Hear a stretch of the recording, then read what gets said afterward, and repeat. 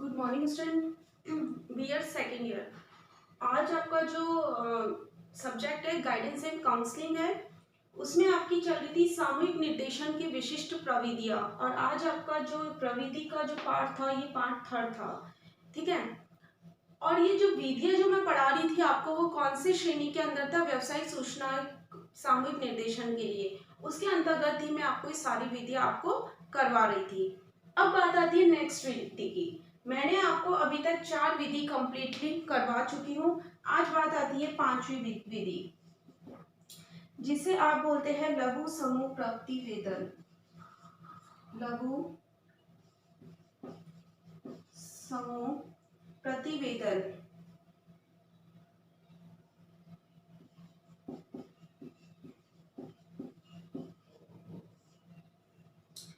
देखो, लघु समूह प्रतिवेदन, इसमें क्या किया जाता है कि बच्चों को एक लघु समूह के रूप में विभक्त कर दिया जाता है और एक विशेष रूप से किसी समस्या के ऊपर एक प्रतिवेदन प्रस्तुत करने के लिए कहा जाता है।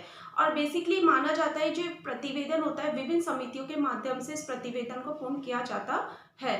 मतलब इसमें क्या किया जाता है, एक रिपोर्ट तैयार की जाती है। जैसे हम केस स्टडी करते हैं, तो केस स्टडी के अंदर हम क्या करते हैं, एक फॉर्म फिलअप करवाते हैं बच्चों को। तो इसी तरह हमें उनके बारे में सब पता चलता है। बच्चों की जो समस्या होती है, तो उससे रिलेटेड हम सूचनाओं को एकत्रित करने की कोशिश करते हैं। अब यहाँ पे क्या होता है, एक लघु समूह बना दिया जाता है और बच्चों को कोई कार्य करने के लिए दिया जाता है या निर्देशन प्रदान किया जाता है, और इसका एक छोटा सा प्रतिवेदन प्रस्तुत करने के लिए कहा जाता है। तो उसे ही हम क्या बोलते हैं, लघु समूह प्रतिवेदन कहते हैं। फिर नेक्स्ट आता है इसके अंदर अनौपचारिक वार्ताएं।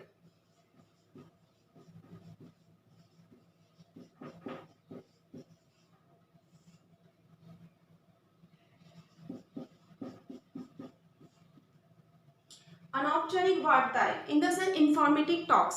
इंफॉर्मेटिव में होता है कि जैसे हम औपचारिक रूप से बच्चों के सामने ना जाके हम क्या करते हैं, एक निर्देशन के रूप में बच्चों से अनौपचारिक रूप से क्या करते हैं, प्रश्नों को पूछते हैं, उनकी समस्याओं को जानने की कोशिश करते हैं। जैसे आप देखते हैं, अनौपचारिक रूप से पूछना मतलब होता है या तो हम किसी को कोई फॉर्म फिलअप करवा के पूछ सकते हैं, प्रश्न पेटी के माध्यम से पूछ सकते हैं, या फिर ये देखा जाता है इसके अंदर हम सुचारू रूप से अलग अलग, मतलब एक फॉर्मली में तो हम निर्देशन दे रहे हैं, लेकिन इनफॉर्मली में हम क्या करें कि हम किसी थर्ड पर्सन के थ्रू या फिर हम किसी दूसरे किसी जो एक साधन के माध्यम से बच्चों के बारे में जानने की कोशिश कर रहे हैं, उनकी आवश्यकता और क्षमताओं के आधार पर हम क्या करते हैं, उसे निर्देशन प्रदान करते हैं। मतलब ये माना जाता है कि जब हमें किसी समस्या का पता चलता है, तो हम क्या करते हैं, उन्हें निर्देशन प्रदान करते हैं। और निर्देशनकर्ता अनौपचारिक रूप से जानने की कोशिश करता है, उसके माता पिता से, उसके परिवार से, उसके विद्यालय से, उसके समाज से, उसके बारे में अनौपचारिक रूप से जानकर और फिर निर्देशन की प्रक्रिया को क्या करता है, लागू करता है। तो इसे ही हम क्या बोलते हैं, अनौपचारिक वार्ताएं। फिर नेक्स्ट आता है अनुस्थापन वार्तालाप।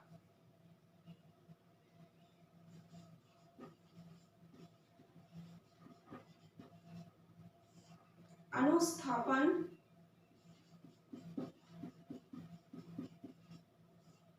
जिसे आप बोलते हो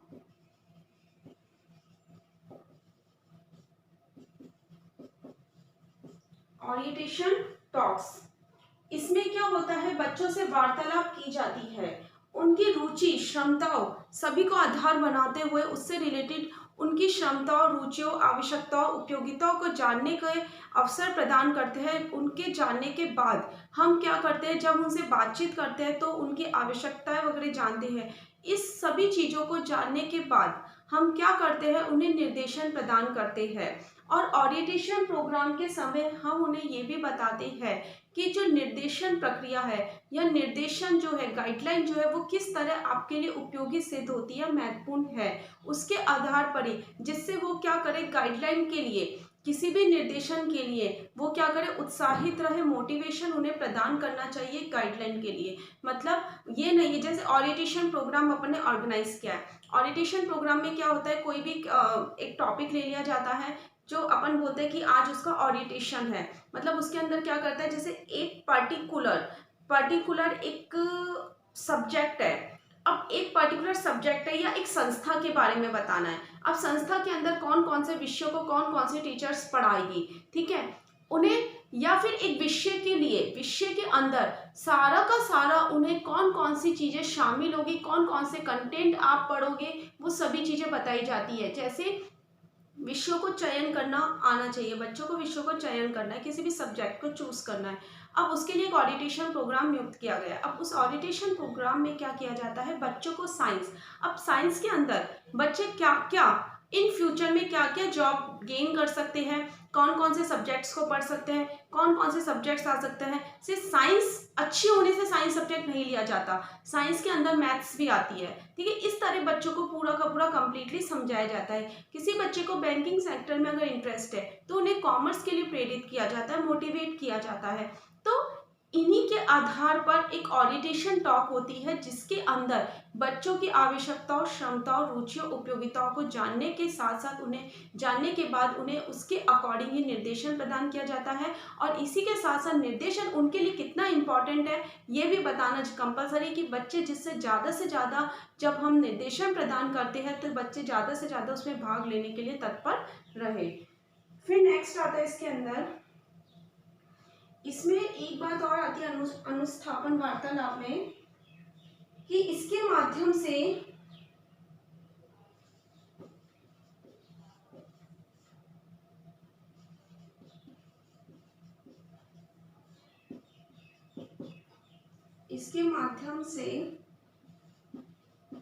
उनकी आवश्यकताओं, रुचियों,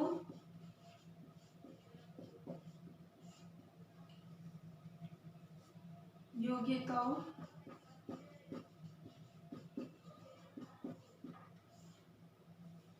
क्षमताओं का ज्ञान प्राप्त करके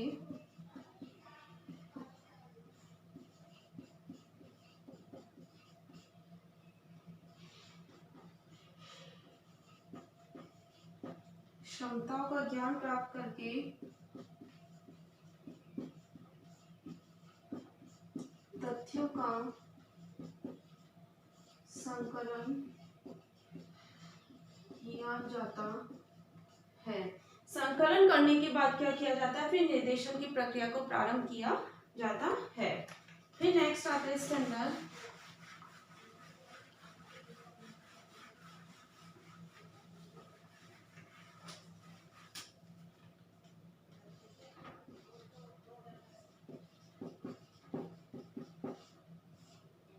प्रश्नावली। इसके अंदर क्या किया जाता है, छात्रों द्वारा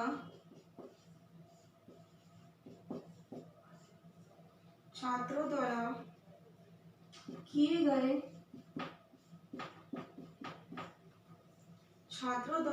गए प्रश्नों के उत्तरों के आधार पर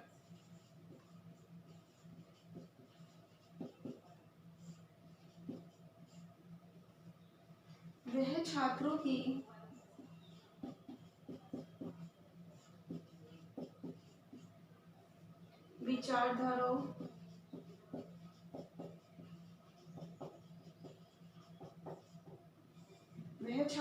विचारधाराओं, तथा आवश्यकताओं से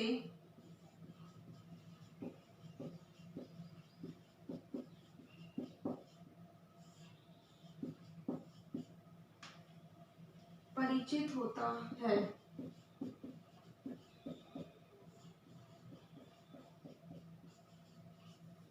देखो इसमें क्या होता है, एक प्रश्नावली बच्चों को क्या की जाती है, हैंड ओवर की जाती है और बच्चे उस प्रश्नावली को भरते हैं। प्रश्नावली इन द सेंस होता है प्रश्नों का समूह। एक पेपर पे क्या किया जाता है, छोटे छोटे ऑब्जेक्टिव टाइप क्वेश्चंस होते हैं, हाँ नहीं के क्वेश्चंस होते हैं, और बच्चों को एक प्रश्नों के समूह के रूप में विभिन्न प्रकार के प्रश्नों का निर्माण करने के बाद बच्चों को प्रश्नावली प्रदान की जाती है। तो प्रश्नावली होता है प्रश्नों का समूह और उसके अंदर उनसे रिलेटेड बहुत से क्वेश्चंस होते हैं, जिसमें बच्चों की क्षमताएं पूछी जाती है, आवश्यकताएं को भी जाना जाता है। मतलब जब हम निर्देशन दे रहे हैं तो बच्चों की समस्या क्या है उसके आधार को बनाते हुए इससे रिलेटेड बहुत से क्या होते हैं प्रश्न होते हैं। तो हमें बच्चों के पूर्व ज्ञान के साथ साथ ये भी पता चलता है कि बच्चे क्या चाहते हैं इसके अंदर, और वो ज्ञात करने के लिए हम क्या करते हैं, निर्देशन प्रदान करते हैं।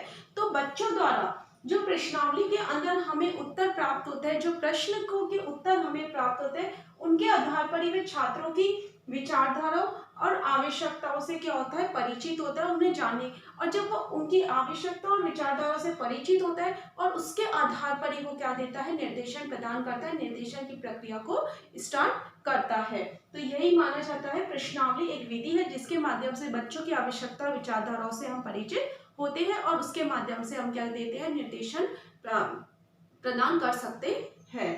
फिर नेक्स्ट आता है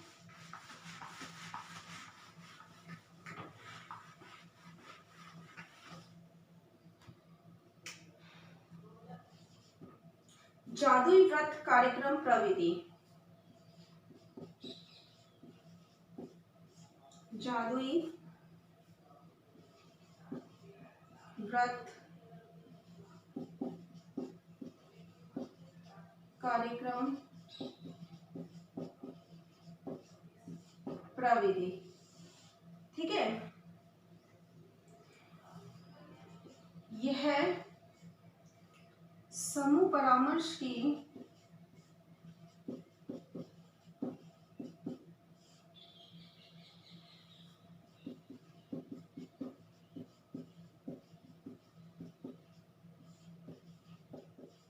निर्देशन की आधुनिक प्रविधि है। दूसरी बात, इसका प्रयोग किसके लिए किया जाता है, प्राथमिक कक्षाओं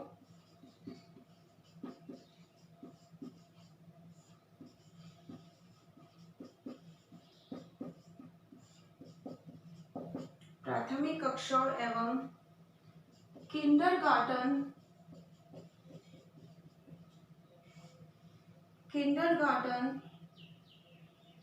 बालकों हेतु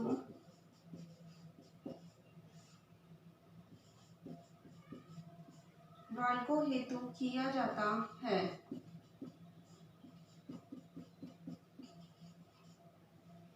ठीक है, अब ये किस तरह किया जाता है, देखो। जादुई व्रत कार्यक्रम प्रविधि, बच्चों को व्रत में बिठाया जाता है, एक सर्किल में बिठाया जाता है, और यह समूह परामर्श की आधुनिक प्रविधि मानी जाती है और जिसका प्रयोग प्राथमिक कक्षाओं या किंडरगार्टन ओवरऑल छोटे बच्चों के लिए किया जाता है। इसके अंदर 10 बच्चों का समूह या 10 बच्चों से ज्यादा, मतलब एक ये माना जाता है कि 10 बालकों से ज्यादा, एक दो स्टूडेंट ज्यादा हो सकता है बस। उसमें क्या करते हैं, बच्चों को सर्किल में बिठाया जाता है और एक स्टूडेंट को खड़े करते हैं। खड़े होने के बाद बच्चों को एक किसी दूसरे स्टूडेंट्स के लिए क्या करना पड़ता है, उसके साथ एक दूसरा जो स्टूडेंट होता है, जैसे एक बच्चों को सर्किल में बैठा दिया, उसमें से एक स्टूडेंट को खड़ा किया और दूसरे बच्चों के लिए क्या करने के लिए कहा जाता है, एक्टिंग करने के लिए कहा जाता है। मतलब एक चित्र प्रस्तुत किया जाता है कि वो बच्चा किस तरह बिहेवियर करता है। उसके बिहेव को फिर जब वो दूसरा बच्चा करता है तो उस बच्चे को बाकी जो बच्चे हैं वो ऑब्जर्व करते हुए उस चित्र के माध्यम से अपने अपने व्यूज देते हैं। उस चित्रों के माध्यम से बच्चे ये पता करते हैं कि ये जो एक्टिंग कर रहा है उस स्टूडेंट की, तो इससे क्या क्या बातें निकल कर आ रही है, उसके अकॉर्डिंग ही क्या होता है, एक उससे बात क्या करता है वो, एक चर्चा बालकों से उस चित्र के ऊपर चर्चा की जाती है कि ये जो स्टूडेंट है वो इसकी एक्टिंग कर रहा है। एक चित्र प्रस्तुत करा जाता है बच्चों के सामने। तो जब बच्चा वो एक चित्र प्रस्तुत करता है तो उसके ऊपर ये चर्चा की जाती है, उससे ये निकाला जाता है कि जो बालक है वो किस तरह का है। बालक की अगर कोई समस्या है, नहीं तो फिर उसके बिहेवियर के बारे में, उसके व्यवहार के बारे में पहचान की जाती है। ठीक है, जिससे ये पता, मतलब इसमें जादुई व्रत ये इसलिए बोला जाता है क्योंकि इसमें बच्चों को जब सर्किल में बैठाया जाता है तो बच्चों के सामने एक चित्र प्रस्तुत होता है और उस चित्र के ऊपर ही हम क्या करते हैं, चर्चा करते हैं किसी भी बालक के ऊपर, बालक के लिए, क्योंकि वो जो चित्र होता है वो बालकों से रिलेटेड होता है। इसलिए अब इसमें किन किन गुणों का विकास होता है। पहचान, पहली बात आती है पहचान। क्यों? क्योंकि हम क्या करते हैं,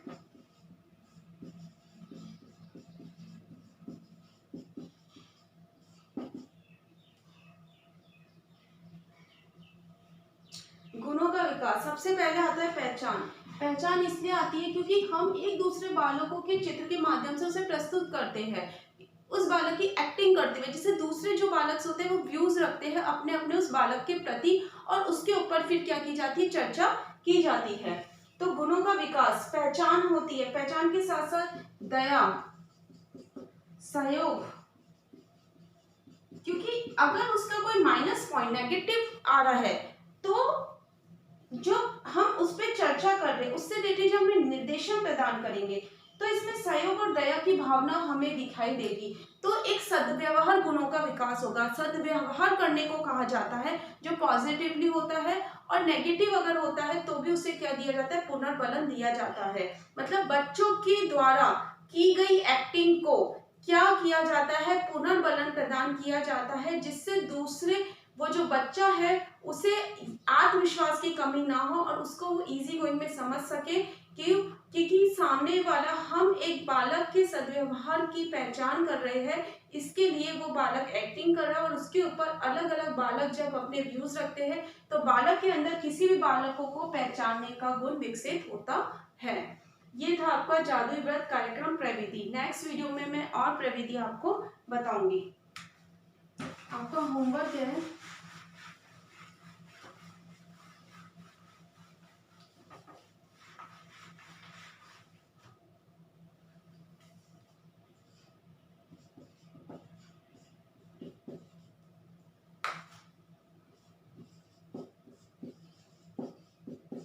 जादुई व्रत कार्यक्रम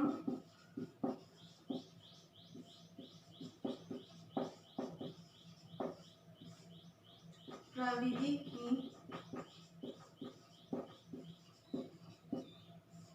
विवेचना कीजिए। जादुई व्रत कार्यक्रम प्रविधि की विवेचना कीजिए। घर पे रहिए, सुरक्षित रहिए। Thank you.